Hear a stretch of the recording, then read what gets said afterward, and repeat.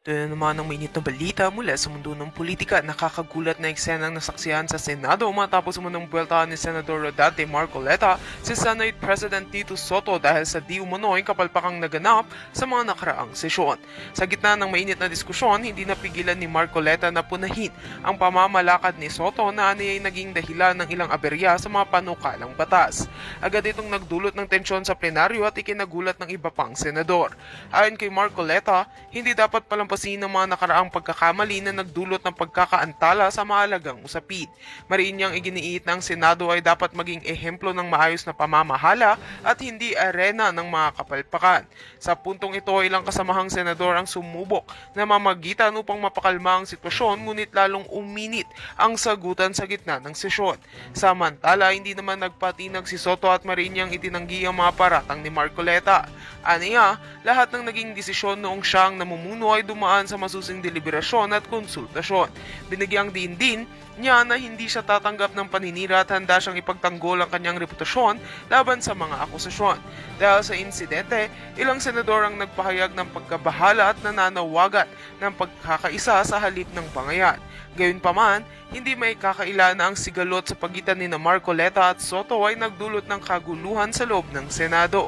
Abangan ngayon ng publiko kung hahantong ba ito sa mas malalim na investigasyon o magbubunga ng pagkakabaha-bahagi sa hanay ng mga mambabatas. At yan nga ang mga balitang ating pagkakatutukan, at kung bago ka pa lamang sa aking channel ay huwag kakalimutang mag-like, share and subscribe para updated ka sa mga bagong balita dito sa Tatak Pinas.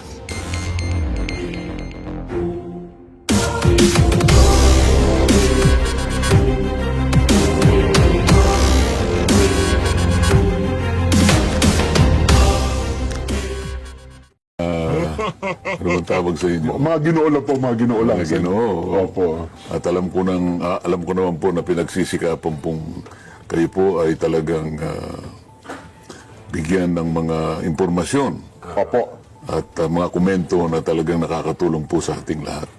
Dito po kasi sa palatuntunan sa ganang mamamayan, Sen, kayo po ang chairman dito. Hindi ako pwedeng maalis ng pagka-chairman dito eh. Malaking issue. Buti nilang dumating kayo. Makukontempt yung dalawa na yan. Hindi basta-basta pwedeng tanggalin niya si Senator Rodante Marcoleta dyan. Diba? Kasi magbobotohan na kami ni Chen. Para palitan niya.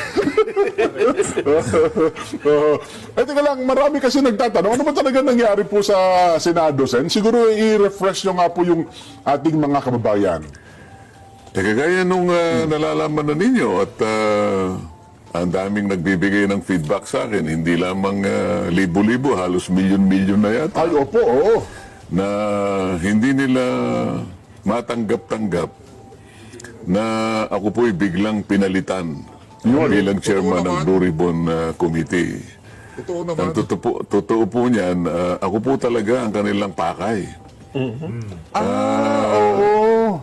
Ang presidente po ng Senado, si Senator Chis Escudero, ay parang collateral damage lang po yun. So tama pa yung lumabas sa mga social media, Sen, na ang puntirya talaga kayo. Eh kasi hindi naman nila kumaalis kung hindi nila alisin yung puno. Ayun. Ganun po yung nangyari riyan. Oho. Ngayon, ang medyo hindi po ako nagsasabi nito. Ito po ay kinukumpirma ng napakarami pong mga kababayan natin na hindi po nila nagustuhan yung mabilisang pagpapalit ng liderato ng Blue Ribbon Committee. Lalong-lalo na po doon sa panig ng paglalahad na po ng katotohanan. Yung pag-iimbestiga na po sa kanila pong palagay, ay meron na po silang nakikinikinitang mga katotohanan na lalabas dyan. Papunta na po sa paghanap po natin ng kasagutan sa maanumalyang pagkakalatag ng mga proyekto na kung tawagin nga ay ghost projects. Ayun. Ang balita kasi, Sen, may singit ko lang po, mukhang pinakiusapan ata si Senator Chis bilang presidente po ng Senado na kayo ay palitan sa pagiging chairman, pero parang nanindigan siya sa inyo.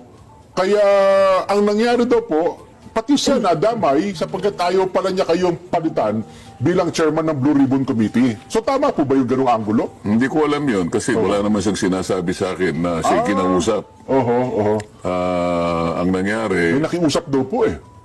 mabilisan nga eh. Ang totoo niya, siguro nakikita nyo, itinutuloy ko yung pangatlong pagdinig namin. Opo. Ako na lang ang pinakahuli na nakabalita na napalitan na pala yung aming Senate President. Ayun na Ano? nga, oo. Kaya pala si Senador Jinggoy na nasa tabi ko, medyo mainit ang ulo nung araw na yun. Hindi ko naman alam kung ano nangyari. Kaya yung pong talagang purong-puro na biruan lang, iba po yung pagkakatanggap niya. No? Pero alam naman ninyo, talaga nagbibiruan lang kami. Totoo po. Maliwanag ho yun mga kababayan, ha?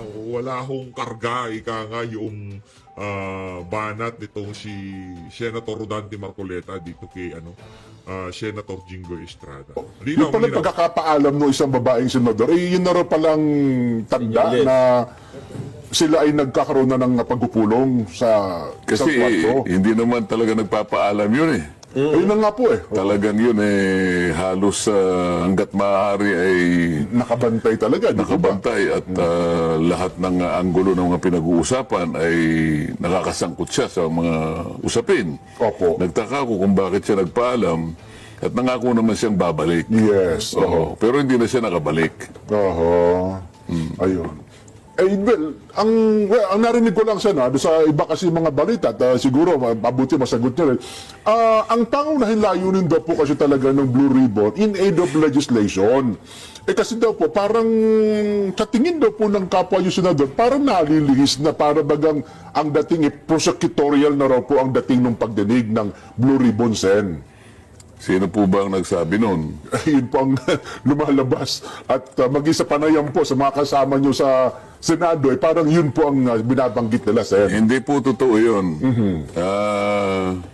Unang-una, talagang may pagka-prosecutorial po sapagkat kung titingnan ninyo yung pinaka-mandato ng komite, Ng Blue Ribbon. ang tinutugis niya yung malfeasance, Misfeasance and misfeasance at non-feasance.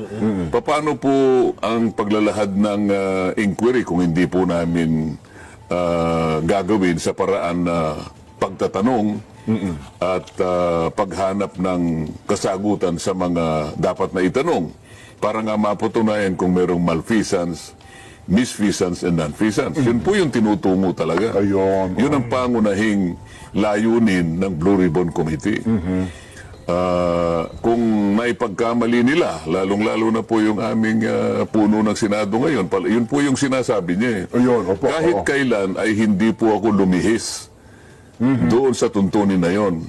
At baka dapat sana tinanong muna niya ako. Opo. Nakatatlong pagdinig lang ako eh.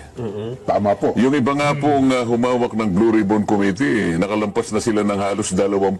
Wala pa naman silang nagagawang batas eh. Tama po. Sa totoo lang po, ako pangatlo pa lang.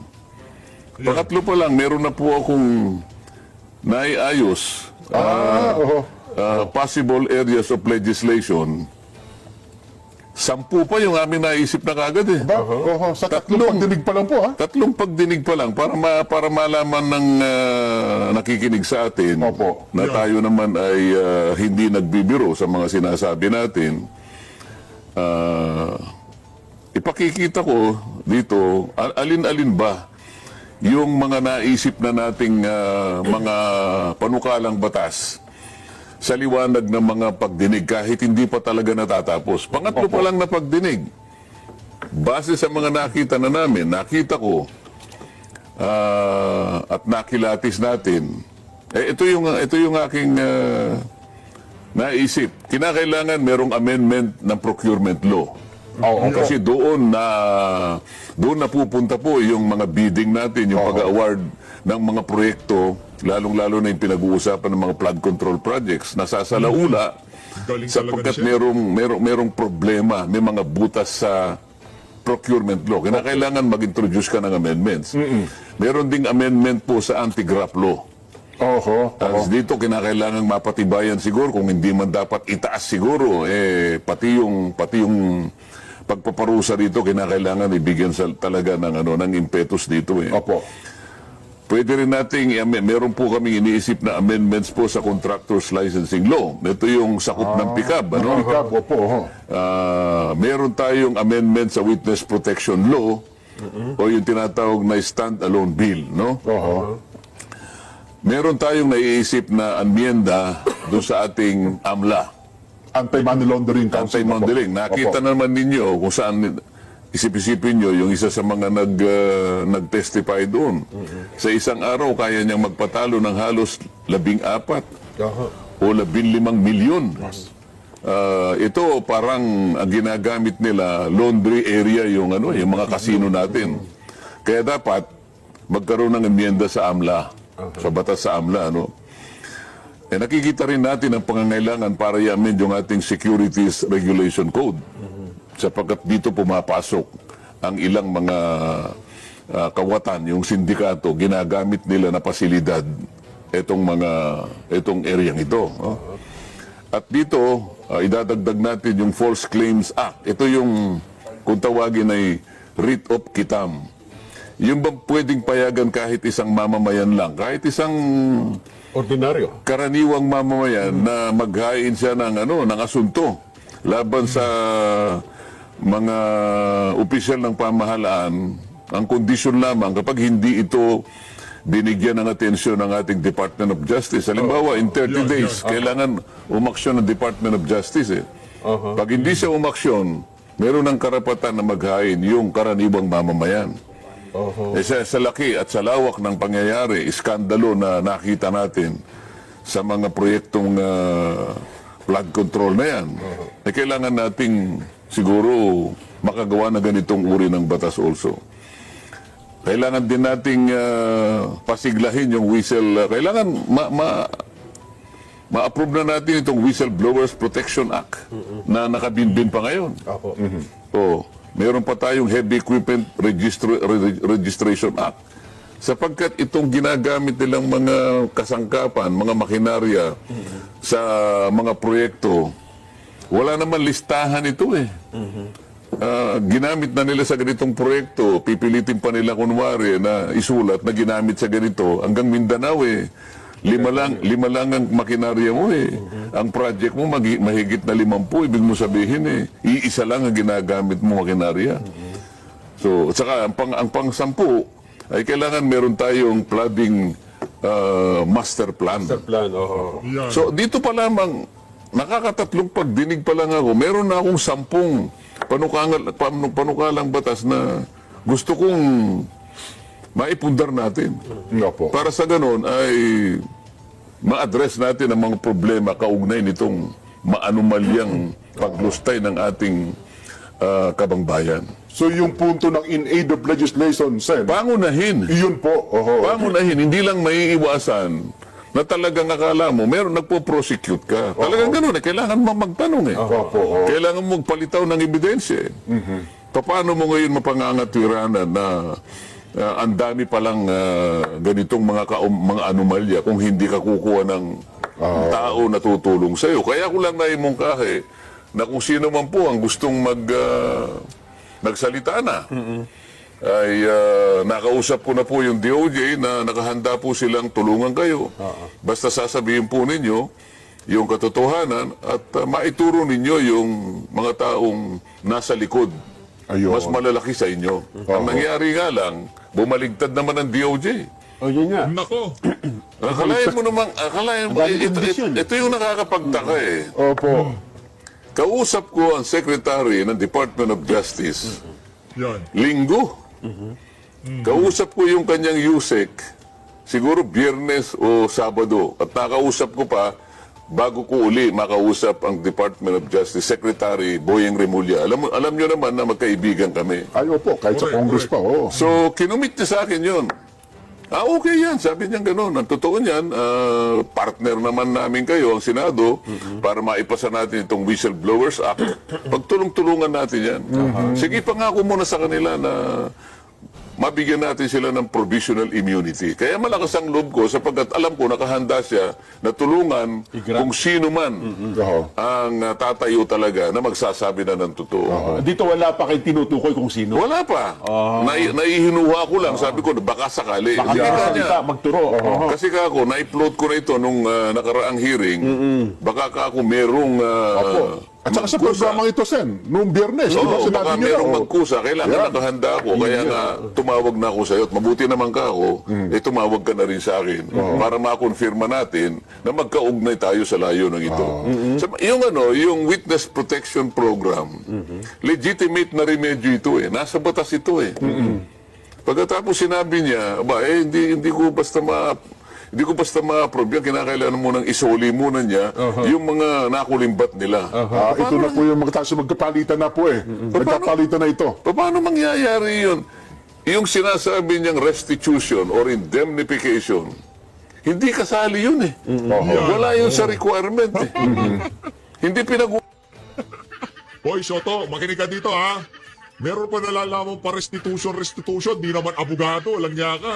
No, hindi ko kasi niya pinirmahan yung request ng former Blue Ribbon Committee Chairperson na ipasok bilang state witness itong mag-asawang Diskaya. Sa lahat ng witness na isinalang sa mga pagdinig, tanging yung mag-asawang Diskaya na yan, hindi ko sila ika nga off the hook dito sa issue na to ha. Kung meron silang problema, panagutan nila. Kung meron silang kasalanan, pagbayaran nila. Pero wag ho natin ika nga palampasin yung pagkakataon na mapiga lahat ng pwedeng pigain natin sa mag-asawa na to. Naku, ito pa mga kababayan. Ang problema dito, parang tinipan ang bibig nitong mga Diskaya dyan sa ginawa na yan nitong si Tito Soto. Yan yung strike 2 nitong si Tito Soto. Kaya di tayo magtataka, isang araw, magkagulatan na lang, yung mga chismis-chismis, hayaan nyo lang muna yan. Baka di naman talaga matuloy yan. Malay natin isang araw magkagulatan na lang biglang hindi na pala Senate President kakunggoy na yan, di ba? Usapan dito yung pagsusoli ng kung ano. Pwede na siguro pag-usapan sa bandang huli yun. Pero dun sa punto na siya ay nag-a-apply sa'yo, Apply pa lang. kaya niya lang gagawin yun, manganganib talaga ang buhay niya, kaya nagpapakover siya ng protection. Nakita mo yung inalledge niya na may kinalaman di umano dito sa mga payola, yung mga payouts na yan, 17 congressmen. Opo. At 10 mga tao na yung iba'y private individuals at yung iba naman ay mga kawani at opisyalis ng DPWH. Sa mga tweet, 10 sa panig ng DPWH at saka pribadong mga mamamayan at 17 congressmen. O yun naman ang yun naman ang hinihingi ng Witness Protection Program. Manganganib talaga ang buhay niya sa ginawa niyang pag-expose sa pagsasabi ng katotohanan. Sa panig niya, yun ang totoo eh. Pero yung unang usapan niyo po ni Sec Boying, walang mga ganong condition, Sen? Alam naman niya na wala eh. Kaya basahin mo yung batas. Napakasimple naman ang batas. Ngayon, ito namang aming bagong Pangulo ng Senado ngayon. Yun ang kanyang idinadahilan kung bakit yung sulat na binigay ko na dapat pirmahan niya para umabot sa Secretary of Justice. Nag-research naman ako sabi niya. Yun na nga po, hindi na Nakita ko na kinakailangan palang magsoli. Ang aking kinalulungkot dito, kung talagang nag-research sila, bakit hindi nila binasa yung batas? Yan. Wala namang sinasabing ganun na magbayad ka muna. Isauli mo muna kung na-allege na ninakaw mo o ano man. Walang iniwan sa yung i-rescue kita. Halimbawa, merong kidnap or ransom. Opo. Halimbawa, itong cameraman natin. I-rescue kita pero magbayad ka muna. Hindi pa, parang mali eh. Kaya mo siya bibigyan ng protection at hindi mo siya hihingi ng kahit ano. Dahil nga doon sa kanyang pagpapahayag, doon sa kanyang pagtulong sa iyo, sa panig ng Estado, magsasabi na siya ng totoo. Kasi Yun eh. mahirap eh. Kung walang tatayo na magwi-witness, sinong mahuhuli natin? Opo. Lahat yung aligasyon, lahat po yung paratang kung walang magsasalita. Hindi ba, Nelson, para ka namimingwit eh. Opo.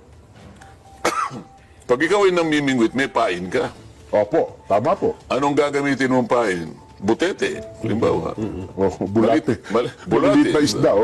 Para makahuli ka ng malaking isda. Ayun. Pain. Kung walang pain, O walang file. Walang file. Sino yung papail? Yung file, gusto niya proteksyonan mo naman ako. Kakagatin ako niyan eh. So ang pinangako dapat ni Secboy, ano po, provisional. Hindi, sinabi niya, sige, pangakuan mo sila na sa ngayon pa lang, kaya tinawag niya na provisional immunity. Provisional immunity Manggagaling sa akin, Opo. para malaman nila, wag naman ninyo kung ano, o wag niyo munang kung ano nung ginagawa nila. Pupunta doon ang BOC, pupunta ang BIR, pupunta yung AMLA. Teka muna, magpa-apply ito eh.